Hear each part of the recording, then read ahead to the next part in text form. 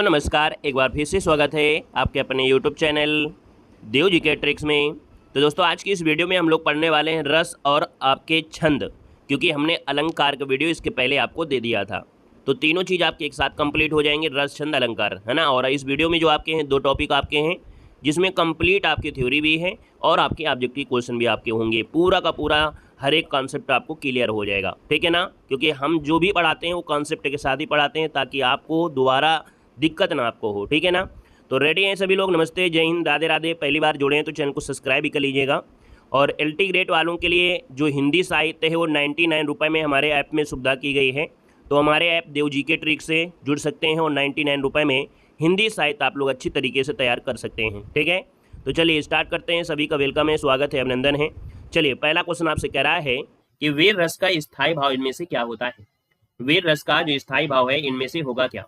तो हमने कहा वीर रस, अर्थात हमने कहा वीरता तभी हो सकता है कि जब आपके अंदर क्या होगा, यहाँ पर उत्साह होगा, है ना। कोई भी काम करो तो उत्साह के साथ करो, है ना। तो आपकी एनर्जी भी रहेगी और आप कहेंगे सर ये वीर रस के साथ करेंगे, तो इसका मतलब जो आंसर है वो आपका डी हो जाएगा, उत्साह। मतलब जिसका ऑप्शन आ गया है डी नंबर, उत्साह, बिल्कुल सही जवाब हो जाएगा। अगर हम आपसे बोले कि सर यहाँ पर कुछ आपके यहाँ पर रस दिए गए हैं, यहाँ पर आपके स्थायी भाव है। अगर बोले सर श्रृंगार रस की स्थायी भाव क्या होती है, तो आप बता सकते हैं कि सर श्रृंगार रस का स्थायी भाव क्या होता है। तो जब श्रृंगार करते हैं तो रति, रति मतलब प्रेम, तो आप कहेंगे श्रृंगार करने के बाद सबको प्रेम करने का मन करेगा, तो श्रृंगार का हो जाएगा यहाँ पर रति। क्या हो जाएगा, रति हो जाएगा, जिसे हम लोग प्रेम भी कहते हैं। अगर हम बोले करुण रस है, तो करुण भैया आप कहेंगे सर करुण है अर्थात शोक हो जाएगा।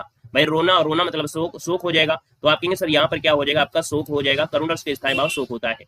हमने कहा वीर रस, है ना, वीरता तभी होगा जब उत्साह आपके मन में होगा, तो आप कहेंगे सर उत्साह हो जाएगा। अगर पूछे सर हास्य रस है, तो हास्य रस का जैसा लिखा है वही हो जाएगा, हास। क्या हो जाएगा, हास हो जाएगा। रौद्र मतलब होता है गुस्सा, मतलब जिसे बोलते हैं क्रोध, तो रौद्र का होता है स्थायी भाव क्रोध होता है। क्या होता है, तो आप कहेंगे सर यहाँ पर क्रोध हो जाता है। जैसे दिया है भयानक, और जब भयानक होता है तो आपको भय लगेगा, भयानक है तो आप कहेंगे सर भय हो जाएगा। विवश मतलब होता है घृणा, विवश मतलब होता है घृणा, और जिसे बोलते हैं इसका स्थायी भाव जुगुप्सा। क्या बोलते हैं, तो जुगुप्सा जो आपका है इसका स्थायी भाव है, जिसे हम लोग यहाँ पर क्या कहते हैं, घृणा भी कहते हैं। क्या बोलते हैं, घृणा भी से कहा जाता है। जिसे अद्भुत दिया है, तो अद्भुत मतलब क्या हो गया, विस्मय। अद्भुत का स्थायी भाव होता है यहाँ पर आपका विस्मय होता है, विस्मय होता है। तो ये आपका हुआ। बाकी एक बच्चा निर्वेद होता है, और निर्वेद की अगर बात करते हैं तो निर्वेद मतलब होता है जो व्यक्ति वैराग उत्पन्न हो जाता है, जो व्यक्ति दुनियादारी बिल्कुल छोड़ देता है। जैसे IIT वाले बाबा थे, है ना, कुंभ मेले थे, तो निर्वेद मतलब हो जाएगा यहाँ पर शांत। क्या हो जाएगा, शांत हो जाएगा। तो इस प्रकार से जितने भी आपके रस थे और जितने भी स्थायी भाव थे वो आपके एक ही वीडियो में आपको यहाँ पर कंप्लीट भी एक ही जगह आपके क्वेश्चन में आपके कवर हुए। आइएगा नेक्स्ट क्वेश्चन में। क्वेश्चन आपका अगला है, कह रहे सर करुण रस का स्थायी भाव क्या है। सभी रसों को हमने यहाँ पर बताया, अब आपको बताना है सर करुण रस का स्थायी भाव इनमें से क्या हो जाएगा। चलिए अगला क्वेश्चन है, और इस क्वेश्चन का आंसर देखा जाए तो आप लोगों का जवाब बिल्कुल हमने कहा करुणा, है ना। करुण तभी होगा, क्या होगा, जब आप कहेंगे सर यहाँ पर आंसर आपका बनेगा कौन सा, तो आपका आंसर आ गया लगभग सभी का शोक हो जाएगा, राइट हो जाएगा, शोक हो जाएगा, जो कि राइट हो जाएगा। अगर बोलिए सर जी क्रोध किसका होता है, तो क्रोध होता है आपकी भयानक का होता है ना। क्रोध होता है रौद्र, बोलेंगे रौद्र मतलब भयानक, यहाँ पर हो जाएगा रौद्र। अगर बोले सर उत्साह वीरस का होता है, विस्मय जो आपका होता है वो किसका होता है, विस्मय किसका होता है, अद्भुत का होता है। क्लियर हुआ। आइएगा नेक्स्ट क्वेश्चन में। नेक्स्ट क्वेश्चन दिया गया है कि स्थायी भावों की संख्या मानी गई, बताइएगा। क्वेश्चन नंबर आपके अगले में कह रहा है स्थायी भावों की जो संख्या मानी गई वो आपकी कितनी है। जब पूछे स्थायी भावों की संख्या मानी गई है तो आपको आंसर क्या देना है। ये एक बहुत बड़ा क्वेश्चन बन के आ जाता है, और ढेर सारे यहाँ से क्वेश्चन आपके बनते हैं। छोटे छोटे एग्जाम और बड़े से बड़े एग्जाम में क्वेश्चन आपकी कठिन कर देगा। तो स्थायी भावों की जो संख्या मानते हैं वो आपको क्या बोलेंगे, तो आप कहेंगे सर यहाँ पर आंसर आपका डी हो जाएगा, 9 माने जाते हैं। कितने माने जाते हैं, तो 9 माने जाते हैं, जिसका ऑप्शन आ गया है डी नंबर, बिल्कुल राइट हो जाएगा। यहाँ पर अगले क्वेश्चन की बात करते हैं। सर दिया है विस्मय स्थायी भाव किस रस में होता है। जो विस्मय स्थायी भाव है वो आपकी किस रस में है। अभी हमने आपको बताया विस्मय जो आपका होता है किसमें, विवश में तो होगा नहीं। यहाँ पर आंसर आपका भी हो जाएगा। आप कहेंगे सर ये अद्भुत रस का होता है, किसका होता है, तो आप कहेंगे सर इसका आंसर आपका अद्भुत, जिसका ऑप्शन आ गया है यहाँ पर राइट हो जाएगा। नेक्स्ट क्वेश्चन दिया गया है कि प्रिय पति वह मेरा प्राण प्यारा कहाँ है, दुख जल निधि में डूबी का सहारा कहाँ पर है। यहाँ पर एक शब्द दिया गया है, दुख दिया गया है, और दुख दिया है तो आपको पता चल गया होगा अब तक कि सर ये बात हो रही है किसकी, तो आपकी करुण रस की बात हो रही है। तो ऑप्शन नंबर आप क्या हो जाएगा, सी नंबर आपका हो जाएगा। कुछ महत्वपूर्ण अगर हम बात कर लेते हैं, कुछ महत्वपूर्ण पॉइंट की अगर हम बात कर लेते हैं, तो आपको याद रखिएगा ये कुछ अभी 2025 में एक पेपर हुआ था जूनियर असिस्टेंट, जिसमें बड़ा कह सकते हैं कि रस से संबंधित परिभाषा से क्वेश्चन आपके बने थे, और आपके ढेर सारे यहाँ से क्वेश्चन बने थे। मतलब थ्योरी से इतने अच्छे क्वेश्चन बने थे कि जो जूनियर असिस्टेंट पेपर देने गया था बहुत गलती किया था। देखो दिया है रस शब्द रस धातु, है ना, और आज जो आपका दिया है अच प्रत्यय से आपका बना है, जिसकी व्युत्पत्ति होती है अस्वाद, मतलब रस्ते जाना, कह सकते हैं स्वाद की तरफ बहते जाना। यहाँ पर देखिए एक शब्द होता है कि विभाव, अनुभाव और व्यभिचारी भाव के संयोग की निष्पत्ति को रस कहते हैं। ये क्वेश्चन पूछा गया था कि ये परिभाषा दी गई थी, विभाव, अनुभाव और व्यभिचारी भाव के संयोग की निष्पत्ति को रस कहते हैं, ये किसने कहा है? ये जो कहा है किसने कहा है? तो आप कहेंगे सर ये भरत मुनि ने कहा है। किसने कहा है? भरत मुनि ने कहा है। अगर हम आपसे ये बोल दें कि सर रस को काव्य की आत्मा मानते हैं, है ना, रस को काव्य की आत्मा की जो मान्यता सर्वप्रथम दिया है वो किसने दिया है? तो आपके आचार्य विश्वनाथ ने दिया है। ऐसा भी क्वेश्चन आपसे पूछा गया था, दोनों ही आपके बने थे। यहाँ पर देखो दिया है कि साधारणतः रस का तात्पर्य होता है चाहे षड्यंत्र हो, चाहे कुछ भी प्रकार से आपको आनंद की प्राप्ति होती है वो आपका रस होगा। यहाँ पर देखो दिया है कि साहित्य शास्त्र में रस का तात्पर्य काव्य आनंद या काव्य स्वाद से आपका है। ठीक है, किसमें? साहित्य शास्त्र में। देखिए आपसे क्वेश्चन बना था कि रस के जो अवयव होते हैं वो क्या होते हैं? तो आप कहेंगे सर रस के अवयव में यहाँ पर विभाव होता है, अनुभाव होता है, व्यभिचारी भाव होता है और आपका स्थायी भाव होता है। आपने हमेशा पढ़ा होगा जो आपकी संचारी भाव की संख्या आपने कितना पढ़ा होगा? आपने 33 पढ़ा होगा। लेकिन आज हम आपको 34वां आपको बताएंगे कि संचारी भाव होता है। तो आप कहेंगे सर ये कोई बहुत बड़ी बात तो है नहीं है, आप हमेशा बता रहे थे। लेकिन आज हम आपको 35वां संचारी भाव भी आपको बताएंगे। कौन सा? मतलब 33 आपको हमेशा बताते रहे हैं, 34वां भी आपको बताते रहे हैं, लेकिन आज हम आपको 35वां संचारी भाव भी बताने वाले हैं, याद रखिएगा, है ना। तो देखो ये 35वां संचारी भाव कौन सा है? तो अभी देख लीजिएगा। हमने कहा सर यहाँ पर विभाव मतलब होता है, विभाव के दो पार्ट होते हैं, आलंबन और आपका उद्दीपन होता है। यहाँ पर देखो दिया गया नोट में कि भरत मुनि ने अपने नाट्य शास्त्र ग्रंथ में भावों की संख्या 49 माना है। याद रखिए, अगर क्वेश्चन पूछे कि सर जो भरत मुनि है इन्होंने अपने नाट्य शास्त्र में भावों की संख्या कितनी माना है? 49 माना है। अभी इन 49 में से 33 संचारी भाव है, 8 स्थायी भाव है, 8 आपके सात्विक भाव है। इन्होंने स्थायी भाव का प्रयोग नहीं किया है। तो याद रखिएगा जो आपकी भरत मुनि हैं, भरत मुनि ने स्थायी भाव का प्रयोग नहीं किया। ये थ्योरी में क्वेश्चन पूछा गया था कि किसने स्थायी भाव का प्रयोग नहीं किया है? तो याद रखिए भरत मुनि ने किया है। अब आप देख सकते हैं कि अनुभाव के भेद विद्वानों ने अलग अलग माना है। अब ये जो भेद आपकी भरत मुनि द्वारा आपका जो किया गया है इसके अनुसार आपका है। अब यहाँ पर से आप देख सकते हैं कि जो स्थायी भाव आपके हैं, है ना, दिया गया है कि भरत मुनि के अनुसार रति, हास्य, शोक, क्रोध, भय जो आपके दिए गए हैं, भरत मुनि ने इसे बाद में जोड़ा था। कौन है? ये वैराग्य वाला। यहाँ पर आते हैं, देखो आपसे विभाव क्या होता है, एक परिभाषा थोड़ी सी यहाँ पर देख लीजिए विभाव क्या है। तो हम आपको जो जरूरी वाला है यहाँ पर दिया है, सहृदय में वासना या संस्कार रूप से मूलतः स्थित भावों को उद्घोषित करने वाला जो कारण होता है उसी को हम लोग विभाव कहते हैं। क्या कहते हैं? विभाव कहते हैं। यानी कह सकते हैं कि जो विभाव है वो रस निष्पत्ति का आधार मूल तत्व होता है और रस का कारण है, जो कि रस का ये उत्पादक माना जाता है। मतलब रस को जो उत्पादित करता है आपके अंदर रस का उत्पादन जो करता है उसी को हम लोग विभाव कहते हैं। यहाँ पर अगर आप बात करते हैं अगले पॉइंट में, अगला पॉइंट आपसे क्या दिया गया है इसको देखते हैं। आलंबन विभाव ये आप लोग जानते हैं। यहाँ पर देखते हैं जो आपका जरूरी पॉइंट आपका है संचारी भाव से। अच्छा, अनुभाव क्या होता है इसको भी देख लीजिएगा। अनुभाव यह विभावों के बाद उत्पन्न होने वाला है। ये क्वेश्चन आपका आया था कि विभाव अनुभाव क्या होता है। तो अनुभाव दोस्तों याद रखिए ये विभाव के बाद उत्पन्न होने वाला भाव होता है जो आपका अनुभाव है, याद रखिएगा। ठीक है ना, क्लियर है। मतलब ये हुआ कि उत्पन्न हुए स्थायी भाव का अनुभव कराते हैं, ये भावों का अनुसरण करते हैं। यहाँ पर अगर बात करते हैं अगले पॉइंट में जो आपका था कौन सा, एक जरूरी पॉइंट है संचारी भाव। देखिएगा संचारी भाव क्या होते हैं, तो देखिएगा कि आचार्य भरत मुनि इसे व्यभिचारी भाव भी कहते हैं। जो आपके संचारी भाव है, संचारी भाव को हम लोग व्यभिचारी भाव कहते हैं। और ये जो व्यभिचारी भाव कहा है वो किसने कहा है? तो आपके याद रखिए आचार्य भरत मुनि ने कहा है, याद रखिएगा। हिंदी साहित्य कोश के अनुसार संचारी भाव स्थायी भावों के पोषक आपके होते हैं। याद रखिए जो स्थायी भाव संचारी भाव होते हैं यह मन में केवल अल्पकाल के लिए होते हैं। याद रखिएगा जो संचारी भाव हैं ये आपके मन में कुछ समय के लिए आते हैं। जैसे मान लीजिएगा जैसे रोना हो गया, तो क्या जीवन भर आप रोते रहते हैं? नहीं होते हैं, कुछ समय के लिए रोएंगे। अगर हंसेंगे तो कुछ समय के लिए रोएंगे। मतलब क्या होता है, कुछ समय के लिए होते हैं। तो अगर पूछे कि ऐसे कौन से तत्व हैं जो आपकी बॉडी में या आपके लिए अल्पकाल तक संचरण करते हैं, इसके बाद फिर गायब होते हैं, तो आप कहेंगे सर ये आपका हो गया संचारी भाव होते हैं।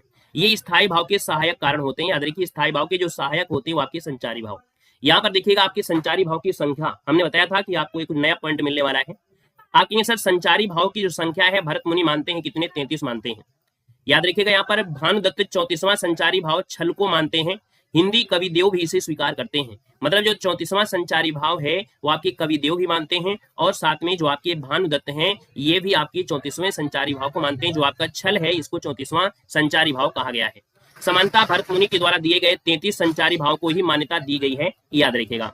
देखो यहाँ पर दिया है आचार्य रामचंद्र शुक्ल चकपकाहट को 35वां संचारी भाव मानते हैं। याद रखिएगा ये जो आपके सामने एक नया पॉइंट मिला होगा कि 35वां संचारी भाव, हमने कहा 33 आपने हमेशा पढ़ा है, 34वां हमने आपको कविदेव के अनुसार भी पढ़ाया है और आपके भानुदत्त के अनुसार भी आपके 34 हैं। लेकिन याद रखिए आचार्य रामचंद्र शुक्ल कहते हैं जो एक शब्द होता है चकपकाहट, क्या होता है? चकपकाहट जो शब्द है इसको 35वां संचारी भाव मानने वाले कौन है? तो आपके रामचंद्र शुक्ल हैं। तो इसको भी आप नोट कर लीजिए ताकि आपके एग्जाम में कोई दिक्कत आपको ना हो। ठीक है, बाकी जो भरत मुनि ने 33 संचारी भाव हैं जो आपके शरीर में थोड़ी देर के लिए आते हैं, मतलब हमेशा नहीं बने रहते हैं कि आप हमेशा बने रहें।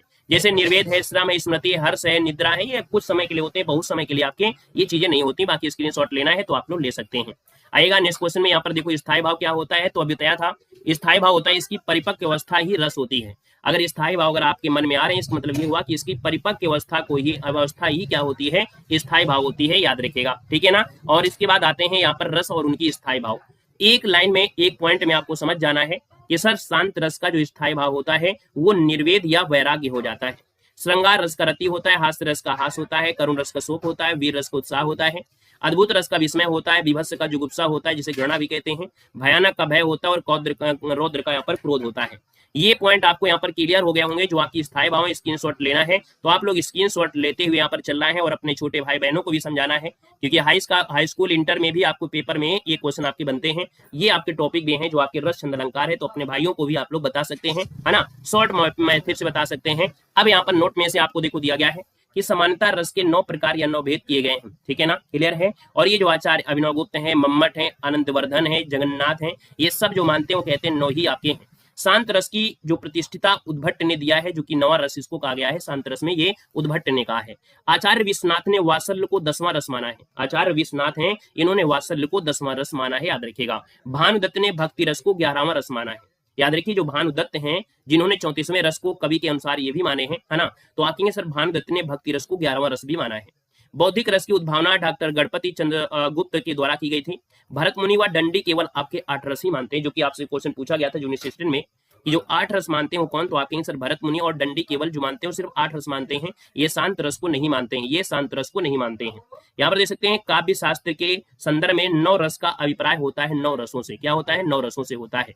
बाकी बस आपके सामने यहाँ पर आ गए हैं जो जो आपके पॉइंट होते हैं, शॉर्ट में से नोट्स बनाना है और कुछ नहीं करना है। आपके सामने देखो दिया जैसे भयानक रस दिया है, तो भयानक रस का डायरेक्ट आपको क्या करना है, भयानक रस में आपको दिया गया स्थायी भाव क्या होता है, आपका भय होता है, ठीक है ना।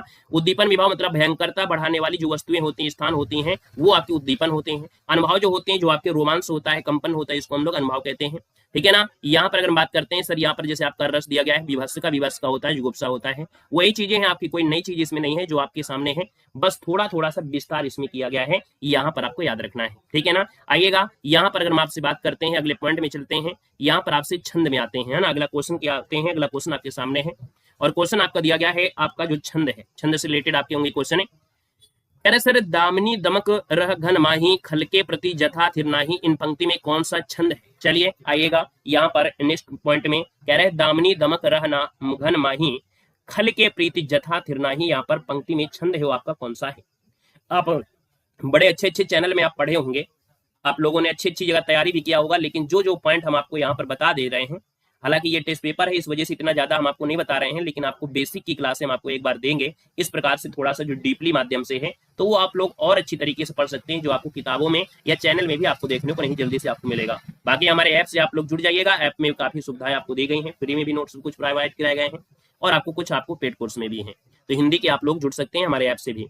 देखो दिया गया है, हमने कहा सर मात्रा लगाना सीख जाइए, मात्रा लगाना सीख गए तो आपको ये भी आसान हो जाएगा। देखो दिया गया दामनी, तो आप कहेंगे डबल हो जाएगा, सिंगल हो जाएगा, सिंगल हो जाएगा, सिंगल सिंगल सिंगल है, सिंगल सिंगल सिंगल सिंगल है, सिंगल और डबल, और आपका यहाँ पर डबल, कितनी आसानी से हमने जल्दी से लगा दिया हो ना। और यहाँ पर देखा जाए तो 2 2 4 4 4 8 8 4 12 12 4 16 कितने हो गए, 16 हो गए।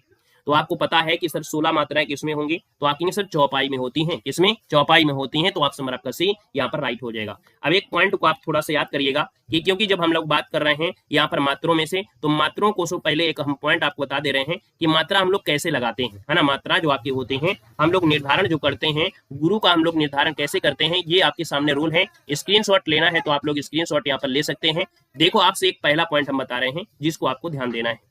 पहला पॉइंट आपसे ये कह रहा है कि छंद में जो आपके लघु हैं और गुरु का निर्धारण के नियम क्या है। जैसे दिया है संयुक्ताक्षर के पहले का वर्ण जिस पर बलाघात नहीं पड़ता है उसे लघु माना जाता है। जैसे हनुमंत दिया गया है, तो हनुमंत में दोस्तों यहाँ पर जो माँ है वो माँ, है ना, लघु माना जाता है, मतलब इसके पहले जो शब्द आपका है वो आपका लघु होगा। चंद बिंदु जो आपका होता है हमेशा याद रखिए लघु होता है, जो चांद की बिंदी होती है वो आपकी क्या होता है, लघु में आता है। रेप के पहले का लघु वर्ण गुरु हो जाता है। जैसे मर्म है तो मर्म है, चर्म है, तथा कर्म में से जो आपका माँ है, चा है और का है क्या होते हैं, गुरु होते हैं, मतलब इसकी संख्या आपकी डबल हो जाती है। यहाँ पर अगर हम बात करते हैं कि संयुक्ताक्षर के पहले हलंत के पूर्व का जो वर्ण होता है वो दीर्घ होता है। जैसे आपका विष्णु दिया है तो वी जो आपका दिया है यहाँ पर होना चाहिए सिंगल, लेकिन इसमें आधा अक्षर दिया है और आधा अक्षर के पहले वाला जो शब्द आपका है वो आपका डबल हो जाएगा। सभी मूल स्वर या मूल जो आपके होते हैं उनको लघु मानते हैं। अनुस्वार तथा विसर्ग युक्त जो आपके होते हैं वो आपके गुरु होते हैं। सभी दीर्घ और दीर्घ जो आपके होते हैं गुरु मानते हैं। बालाघात से प्रभावित लघु व्यंजन गुरु हो जाता है, जैसे गुरु प्रसाद में ये गुरु है ना, लघु होते हुए भी आपका दीर्घ हो गया है। तो ये कुछ आपके कह सकते हैं आपके रूल रहे हैं, है ना। बाकी गणों की संख्या आपकी 8 होती है और 3 आपके यहाँ पर अक्षरों को निकाला जाता है, जिनकी संख्या आपकी कितनी होती है, 8 होती है। आइएगा क्वेश्चन को हम लोग सॉल्व करते हैं, जैसे जैसे मिलता जाएगा वैसे वैसे हम आपको पॉइंट समझाते जाएंगे। तो ये आपका हो गया। नेक्स्ट क्वेश्चन आपके सामने है कि जो मात्रिक समछंद है, प्रत्येक चरण में 16 मात्राएं होती हैं, उसे हम लोग क्या कहते हैं। हमने आपको बताया कि सम मात्रिक छंद, सम मतलब होता है बराबर, और जिसकी मात्राएं क्या हो, बिल्कुल बराबर हो, सम हो, वो होता है आपको कौन सा। तो आपके सर ये चौपाई है, क्योंकि आपसे दिया गया है 16 मात्राएं। तो उस चौपाई की अगर बात करते हैं तो चौपाई में 4 चरण होते हैं, प्रत्येक चरण में आपकी 16 मात्राएं होती हैं, है ना। तो आपके सर यहाँ पर ये बात हो रही है चौपाई की, तो ऑप्शन नंबर आपका फर्स्ट यहाँ पर राइट हो जाएगा, फर्स्ट नंबर आपका बनेगा। अगला क्वेश्चन दिया गया है एक छंद में कितने चरण होते हैं। एक क्वेश्चन आपकी जूनियर असिस्टेंट में भी पूछा गया था कि एक छंद में कितने चरण होते हैं। तो सामान्यतः जब भी हम लोग बात कर रहे होते हैं छंद में, तो याद रखिएगा 4 चरण ही होते हैं। कितने, 4 चरण ही होते हैं, याद रखिएगा कितने, 4। मतलब ऑप्शन नंबर आपका ए यहाँ पर राइट हो जाएगा दोस्तों, याद रखिएगा, ठीक है ना। आएगा नेक्स्ट क्वेश्चन में, क्वेश्चन दिया गया है कुंडलियां छंद कितने चरण के होते हैं। कुंडलियां जो छंद है वो कितने चरण में है। तो याद रखिए कुंडलियां और छप्पे, कुंडलियां और जो छप्पे होते हैं इसमें 6 चरण होते हैं। 6 चरण मतलब यहाँ पर 1 2 3 4 5 6 चरण होते हैं। इनमें से जो पहला शब्द होता है, जो आपका शब्द से स्टार्टिंग होगा उसी शब्द से ये अंत होता है। बहुत ही आसान होता है इसको पहचानना। जो कुंडलियां होती है इसमें 6 चरण होते हैं, और 6 चरणों में से जो यहाँ से स्टार्टिंग होती है जिस शब्द से, उसी शब्द से इसका अंत होता है। ये कुंडलियां है। तो आपके सर इसका आंसर आपका बी जिसका आ गया है, यहाँ पर आपका आंसर बिल्कुल राइट हो जाएगा दोस्तों, याद रखिएगा। अगर हम आपसे बोले सर कुंडलियां बनती कैसे हैं, कुंडलियां कैसे बनती हैं, तो छंद के प्रथम चरण की जो रचना होती है वो दोहे से होती है, और अंतिम चरण की जो रचना होती है वो रोला से होती है। मतलब कहेंगे सर कुंडलियां जो आपकी बनती हैं वो दोहा से बनती हैं, और आपकी किससे बनती हैं, तो आपके रोला से, है ना। दोहा और रोला को मिलाने से जो निर्माण होता है छंद का, वो है आपकी कुंडलियां है, याद रखिएगा, ठीक है ना। ये पॉइंट आपको लिखना जरूरी है। आएगा नेक्स्ट पॉइंट में। और अगला क्वेश्चन दिया गया मुदित मनोहर मानस देखा पंक्ति में अलंकार क्या है। अलंकार हमने आपको पढ़ाया था यहाँ पर। उससे पहले हम आपको यहाँ पर जो भी पॉइंट आपके बन रहे हैं किसके, तो आपके छंद के परिभाषा से रिलेटेड क्वेश्चन आपके बने थे, वहां पर हम लोग छंद से परिभाषा से क्वेश्चन को समझिएगा। यहाँ से ढेर सारे क्वेश्चन आपके पूछे गए थे। यहाँ पर जिन्हें आता है तो कोई दिक्कत नहीं है, नहीं आता है समझ सकते हैं, नहीं आता है तो पढ़िएगा, क्योंकि जिनको आता है ना तो उनको एग्जाम के समय नहीं आता है, और जिनको नहीं आता है उनको एग्जाम के समय आता है, क्योंकि वो डीपली पढ़ लेते हैं। और जिनको लगता है कि अरे यार छंद तो हम कर ही लेते हैं, है ना, उन्हीं से ओवर कॉन्फिडेंस में गड़बड़ी हो जाती है। और 2025 में जिस प्रकार से परिवर्तन देखने को मिला है ना, तो भैया आप लोगों के लिए बिल्कुल नया ही कंटेंट हम आपको दे रहे हैं। देखो दिया है अक्षरों की संख्या या क्रम या मात्रागण तथा यति गति के संबंध विशिष्ट नियमों को नियोजित पर रचना को ही हम लोग छंद कहते हैं। ये तो एक परिभाषा हो गई छंद की। छंद का दूसरा अन्य नाम पिंगल भी होता है। छंद का दूसरा अन्य नाम पिंगल भी होता है ना, क्या होता है, पिंगल भी होता है, इसको भी नोट कर लेना है। छंद शब्द की उत्पत्ति छद धातु से हुई है। छंद शास्त्र के आदि प्रणेता पिंगल ऋषि माने जाते हैं, ये भी नोट कर लेना है। याद रखिएगा छंद की सर्वप्रथम रचना आपके ऋग्वेद में की गई थी। सेम टू सेम यही क्वेश्चन पूछा गया था जूनियर असिस्टेंट में, जिसमें से काफी अच्छे लोग कह रहे थे, जो बड़े पढ़े लिखे थे, कह रहे बहुत कठिन आया था। कठिन तो नहीं आया था क्योंकि हमने आपको दिखाया भी था। तो कहेंगे सर छंद की सर्वप्रथम जो चर्चा है वो ऋग्वेद में हुई। दोस्तों छंद शास्त्र को पिंगल शास्त्र भी कहते हैं, छंद शास्त्र को पिंगल शास्त्र भी कहते हैं। याद रखिएगा छंद का जो प्राण है उस तुक को कहा जाता है। तुक मतलब हुआ जैसे आपकी 4 आपकी लाइनें हैं, तो यहाँ पर जो अंत में जो आपके शब्द आते हैं, बिल्कुल जब आप लोग रामायण पढ़ रहे होते हैं, है ना, तो उसमें जो लास्ट के आपके होते हैं तुकांत, तो छंद का जो प्राण होता है वो दोस्तों तुक को कहा जाता है। दोस्तों याद रखिएगा वस्तुतः तुक मात्रा लय विराम वर्ण आदि के नियमों को अबद्धबद्ध रचना को ही हम लोग छंद कहते हैं, कई प्रकार से कह सकते हैं। देखो अगला पॉइंट आपसे कह रहा है कि सर मात्रा और वर्ण आदि के विचार से होने वाली जो वाक्य रचना होती है, हिंदी साहित्य कोश भाग संख्या 1 के अनुसार अक्षरों की संख्या क्रम आदि को ही हम लोग बोलते हैं छंद कहते हैं। ये सब छंद की परिभाषा से रिलेटेड आपके पॉइंट हुए। छंद के अंग पूछे गए, तो छंद के अंग में दोस्तों क्या होता है, यति मतलब होता है ठहराव, यति मतलब होता है ठहराव या होता है विराम, है ना। तो आप कहेंगे अगला वर्ण क्या है, तो वर्ण मतलब होता है जो आपकी ध्वनि होती है, हस्व हो लघु हो, इसे कहते हैं। मात्रा भी आपका हो गया। यहाँ पर देखो गति, गति मतलब होता है छंद का जो प्रवाह है ना, वाणी की जो मधुरता होती है उसी को हम लोग गति कहते हैं। गण जो आपकी होती है इनकी संख्या 8 होती है, और ये 3 वर्डों से मिलकर बने होते हैं, तो गण की संख्या 8 होती है, ठीक है ना। याद रखिएगा मात्रा आपकी 2 ही मिलेंगे, एक लघु मिलेगा और आपका दीर्घ मिलेगा। क्रम की बात करते हैं तो वर्ण या मात्रा की व्यवस्था आपको मिलते हैं, और पाद या चरण क्या होता है, तो छंद की प्रधान यति पर समानता पूर्ण पंक्ति जो आपके होते हैं, छंद में 4 चरण होते हैं जो अभी आपको मिला भी था। तुक जो होता है चरण के अंत में आने वाले जो समान वर्ड होते हैं, है ना, जिसे अनंता अनुप्रास को तुक कहा गया है। तो ये आपके हो गए, इसके कुछ थ्योरी पॉइंट से आपके हैं, ये भी हमने आपको बता दिया है। और इसके बाद यहाँ पर कुछ पॉइंट में से आपको दिए गए हैं आपके छंद, और इन छंदों को आपको पहचानना है। कैसे पहचानेंगे देखिएगा, समानता छंद के भेद में से यहाँ पर देखिए मात्रिक छंद है, मतलब यहाँ पर मात्रिक छंद कहते हैं जिनमें मात्रा का ज्ञान हो, मतलब हमको मात्रा को गिनना होता है। और वर्णिक छंद में हमको वर्डों की गिनती करना होता है।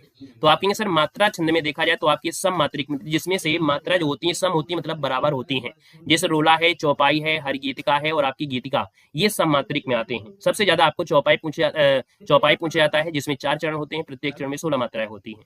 विषम मात्रिक में पूछे जाए तो आपकी कुंडलियां हो गई और आपकी छप्पे हो गई, इनमें चरण की संख्या आपकी 6 होती है। और अर्ध सम मात्रिक में आपका जैसे आपका दोहा है, सोरठा है, उल्लाला है, आपका बरवे है, ये अर्ध सम में आती है। इसका मतलब जैसे हुआ 4 चरण होते हैं, 4 चरण में पहले और तीसरे में, है ना, बोलेंगे कि सर दोहा क्या होता है, दोहा में 4 चरण होते हैं, पहले और जो आपका तीसरा है, पहला और तीसरा में 13-13 मात्राएं होती हैं, दूसरे और चौथे में आपकी यहाँ पर देखा जाए तो 11-11 है। तो ये कहीं ना कहीं देखा जाए अर्ध सम है, एक में सम आ रहा है, एक में आपका विषम आ रहा है, तो ये आपका अर्ध सम हो गया। वर्डों में देखा जाए तो आपकी जितने भी आपके अलंकार है, ढेरों अलंकार होते हैं जिनको हम लोग अच्छे से पढ़ नहीं पाते हैं, क्योंकि इतने हम लोग छंद पढ़ के हमको करना क्या है। ये का यूज जो होता है वो आपकी किसमें, कहीं ना कहीं संगीत शास्त्र में आपको देखने को मिलता है। यहाँ पर मालनी है, शिखारणी है, सवैया है, ये सब चीज आपके वर्डों की गिनती होती है। यहाँ पर अगर हम बात करते हैं, सर डॉक्टर वासुदेव नंदन प्रसाद वर्णिक छंदों को 2 भाग बताते हैं। एक साधारण आपका होता है, एक दंडक होता है। 1 से 26 तक वर्ण जो होंगे, है ना, 1 से 26 वर्ण तक के चरण या पाद को रखने वाले को वर्णिक छंद, मतलब वर्णिक छंद में दंडक कहते हैं। और रूप घनाक्षरी मतलब 32 वर्ण होते हैं, घनाक्षरी में 31 होते हैं, देव घनाक्षरी में 33 वर्ण होते हैं, जिनको हम लोग दंडक मानते हैं। सवैया छंद के अनेक भेद माने जाते हैं, जैसे आपके ये भी आपके हैं, ठीक है, ये भी कुछ आपके पॉइंट हो गए। इसके बाद यहाँ पर आते हैं मात्राओं के आधार पर मात्रिक छंद के भेद। जैसे आपका अहिर, अहिर में 11 मात्राएं, तोमर में आपकी 12 मात्राएं, चौपाई में दोस्तों याद रखिए यहाँ पर 16 कर लीजिएगा। यहाँ पर बरवे जो आपका दिया गया है पीयूष वर्धन के अनुसार 19 से मानते हैं। दो यहाँ पर दिया है रोला, दोहा, सोरठा, रूपमाला में आपकी 24 होते हैं। ये मात्राओं के आधार पर आपके हो गई, है ना, इनको पॉइंट हो गया। चौपाई में दोस्तों 16 होती हैं। यहाँ पर कुंडल जो आपका दिया, इसको मतलब नहीं, गीत का में आपको 26 है, हर गीत का में 28 होती है, ठीक है, ये पॉइंट आपके हो गए। यहाँ पर अगला पॉइंट में अगर बात कर लेते हैं तो इनको जरूरत आपकी है नहीं, क्योंकि ये सब चीजें हम आपको थ्योरी में पढ़ाएंगे। किसमें पढ़ाएंगे, आपको थ्योरी में आपको पढ़ाने वाले हैं। यहाँ पर बस आपको क्या करना है, कुछ आपको डायरेक्ट पढ़ते रहना है।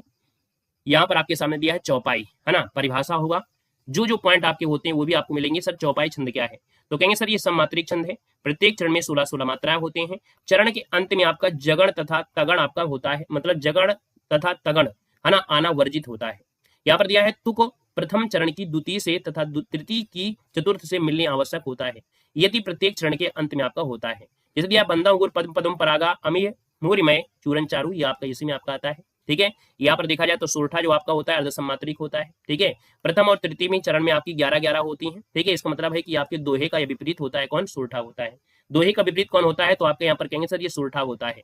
यहाँ पर अगर हम बात करते हैं आपके हर गीत का, तो ये सब मात्रिक छंद में प्रत्येक चरण में 26-26 मात्राएं होती हैं। 14 और 12 पर क्या होती, यति होती, याद रखिएगा, ठीक है। और अंत में लघु या गुरु आवश्यक होता है। यहाँ पर इसके बाद बढ़ते हैं आपके बरवे में, तो बरवे जो आपका अर्ध सम्मात्रिक होता है। विषम चरणों में अर्थात प्रथम और तृतीय में 12-12 मात्राएं होती हैं, और सम चरणों में मतलब द्वितीय और चतुर्थ में 7-7 मात्राएं होती हैं। पूरी पंक्ति में 19 मात्राएं होती हैं आपके बरवे में, ठीक है। यहाँ पर हम बात करें कुंडली, तो दोस्तों कुंडली एक संयुक्त छंद आपका होता है, विषम मात्रिक छंद है। दोहा और रोला के मिलाने से आपकी बनती है। प्रथम 2 पंक्ति आपकी दोहा की होती है और अंतिम 4 जो आपकी होती हैं वो आपकी रोला छंद की होती है, किसमें, आपकी कुंडली में, है ना। और याद रखिएगा यहाँ पर ये भी पॉइंट आपका हो गया। इसके बाद यहाँ पर देखते हैं जो आपकी कुछ बचे हुए पॉइंट, आपके यहाँ पर रोला था और इसके बाद दोहा। तो हमने कहा सर दोहा जो आपका होता है अर्धसम्मात्रिक छंद होता है। प्रथम और तृतीय में 13-13 होती हैं, द्वितीय चतुर्थ में 11 होती हैं। पूरे चरण में 24 मात्राएं बन पाती हैं, ठीक है। अंत में लघु, है ना, जो आवश्यक है, और सम चरणों के अंत में आपका होगा। यहाँ पर अगर बात करते हैं कि सर यहाँ पर जैसे उदाहरण है, तो मेरी भव बाधा हरो राधा नागर सोई, ये आपका क्या है, ये आपका उदाहरण है, दोहा है। रोला क्या होता है, ये सम्मात्रिक छंद है। प्रत्येक चरण में 4 मात्राएं होती हैं। प्रत्येक चरण में 11 और 13 मात्राओं के क्रम में से यति मिलता है। कुल मिलाकर 24 मात्राएं दोनों को मिलाने से आपकी होती हैं आपके रोला में।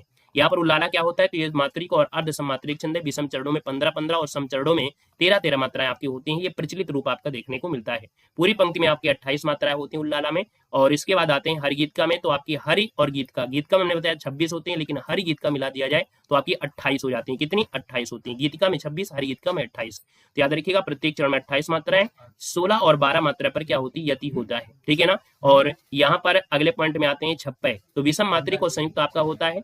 रोला जो आपके प्रथम 4 चरण रोला के होते हैं और उल्लाला जो कि शेष 2 चरण होते हैं वो आपके उल्लाला के होते हैं। इसका मतलब है जो छप्पय का निर्माण होता है वो रोला और उल्लाला को मिलाने से निर्मित होता है, याद रखिएगा, ठीक है ना। तो ये बात डायरेक्ट आपको परिभाषा यहाँ पर याद रख लेना है। बाकी और ढेर सारे आपके यहाँ पर दिए गए हैं जो आपके उदाहरण है, ये आपको हमारे थ्योरी वाले में आपको देखने को मिलेंगे, ठीक है। आपको थ्योरी जब आप पढ़ेंगे हमारे चैनल पर जाएंगे या हमारे ऐप में डाउनलोड करेंगे तो आपको ढेर सारे और भी बहुत अच्छी तरीके से बे उदाहरण आपको है 3 प्रकार के नोट्स भी उपलब्ध कराए गए हैं। तो हमारे ऐप से जुड़ सकते हैं, देव जीके ट्रिक हमारा ऐप है ना, वहां से आप लोग जुड़ सकते हैं, लिंक डिस्क्रिप्शन बॉक्स में है।